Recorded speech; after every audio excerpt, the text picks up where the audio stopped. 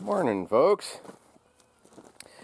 The Bison Range was a fun trip, but I have to say I was a little disappointed with their visitor center, their museum.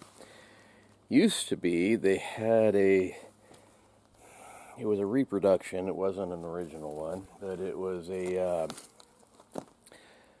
longhorn buffalo skull from the Ice Age. And until I went there, I never realized there was such a thing. But buffalo used to have longhorns like a Texas longhorn. It was really pretty neat.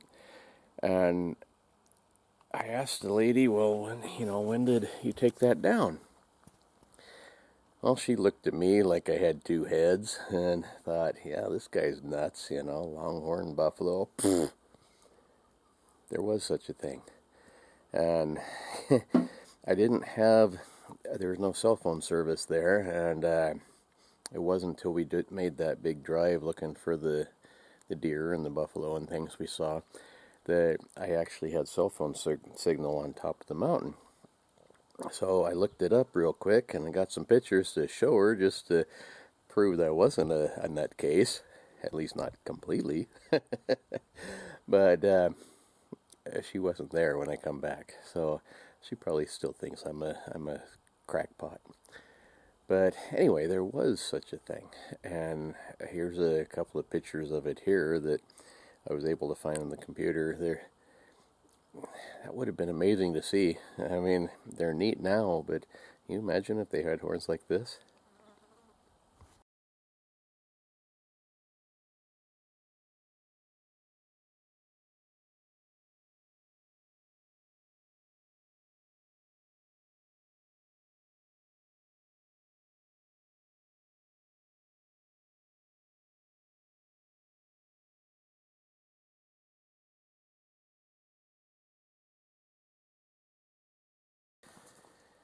The other thing that I thought was really impressive, and it really stood out to me, was there was a wall.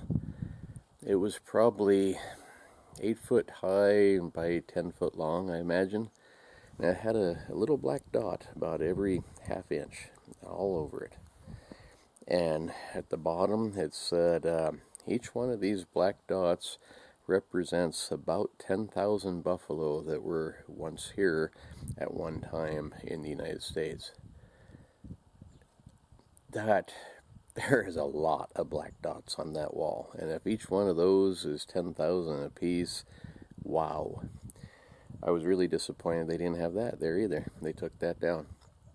So what I understand, talking to the lady that thinks I'm a crackpot, was that the National Park Service used to run that place, but it is on the Flathead Indian Reservation, and so the Salish and Kootenai tribes petitioned and basically took it back, which is only right. It's on their land, and they did a good job. I mean, the visitor center was good, and the place was well kept up. We saw plenty of buffalo. It was kind of funny. We went on it's a long loop. I mean, it takes probably an hour and a half to drive it because you're driving slow, but it's a big loop. It's a lot of ground. That is a big place, but big long loop. We saw some deer on the top. We saw one or two buffalo down low, but nothing close to the road until almost the end. And I showed you that was impressive. There was a bunch of them there, pretty close. And like I say, the place is well kept up and well maintained, and things are good. But like I said, I was a little disappointed in the visitor center. It was a little better before. Now, I looked up also Loons. We moved to Idaho in 1991, and I have never ever seen a loon here. And I looked it up. Loons in Idaho are here, but they're not common. Pretty rare, actually. In Montana, there's quite a few of them. which was a surprise. I mean, we're just right next door, right over those mountains I show every morning. That's Montana. So you would think that they would be here, but we really don't. We really don't have them. I guess it's possible. We have them once in a while, but I've never seen one. So anyway, today I'm back to the fairgrounds stuff. Carol and Marlene, they wanted us to spend the night. They're sisters and live up in Missoula, and they wanted us to spend the night, which I would have loved to have done. But the fair is coming up extremely fast. I got to get going chopping weeds. I got to get going cleaning corrals, fixing fences, and doing all sorts of other things. I just don't really have the time. Yesterday being Cindy's birthday, I of course made the time, but I should have been working. I got too much to do to take a day off. So anyway, talking about fixing fences, stopped in at Harbor Freight. And I bought a power arm remover, basically. When those things hit a rock, they spin around and they twist your arms off. I have never in my life wanted one of these. But at the same time, I got a bunch of post holes to dig and fence to fix. I want to get it done before the fair, and if this will speed me up without putting me in the hospital, it'll be worth it. I'm kind of thinking what I'll probably end up doing is lashing this somehow to the hay forks on the tractor. And if I can do that without cramming it in the ground too hard and breaking it, that would help a lot. You know, if it can't, if the auger binds up and the top starts spinning, it ain't going to spin that whole tractor, but it will rip my arms off. Yeah, these things aren't safe. We stopped at a garage sale also, and I picked up this one for $5. It's the same thing. This one in the box was about 200 and some, 2 1/4 I think, 230, I don't remember. Anyway, this one I got for $5. But the guy at the garage sale told me that it quit running probably 5 or 6 years ago and he couldn't get it to run. But for $5, that auger part, pricing them, they're like 60 to 80 bucks. So that's still a good buy whether it runs or not. I think that one, I'll have to open this box and see if it's the same, but I think the $5 one, I think, is actually an ice fishing auger and not one for the dirt. So, I don't know. This boxed one I haven't opened yet. Let's see what it looks like. You know, these little Predator engines, they're actually pretty good. They're probably, I'd be really surprised if they're not Chinese made, but they last a good long time. And the price is reasonable. I bought one for the fairgrounds for the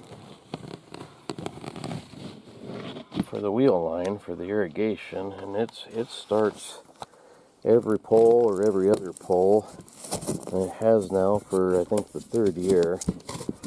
I have done nothing to it other than put gas and oil in it.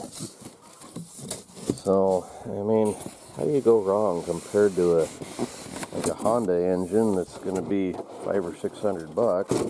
That was, I don't know, $200, $150, somewhere in there. Okay, so yeah, kind of a pretty motor. So now the auger part, yeah, it's got different teeth on it. This is a smaller auger too, so that'll be good. I think, hopefully, actually the shaft on that one looks a little bigger. The center shaft might not be though. This part here looks about the same. Hopefully it'll fit. That's kind of the size I need for the post holes I'm digging. Let's see, this one has replaceable, ouch, replaceable teeth there. I'm pretty sure designed for ice. This one does not. What I'll probably do, just put in there the pin. What I'll probably do is try to dig it with this one and then enlarge it with that one.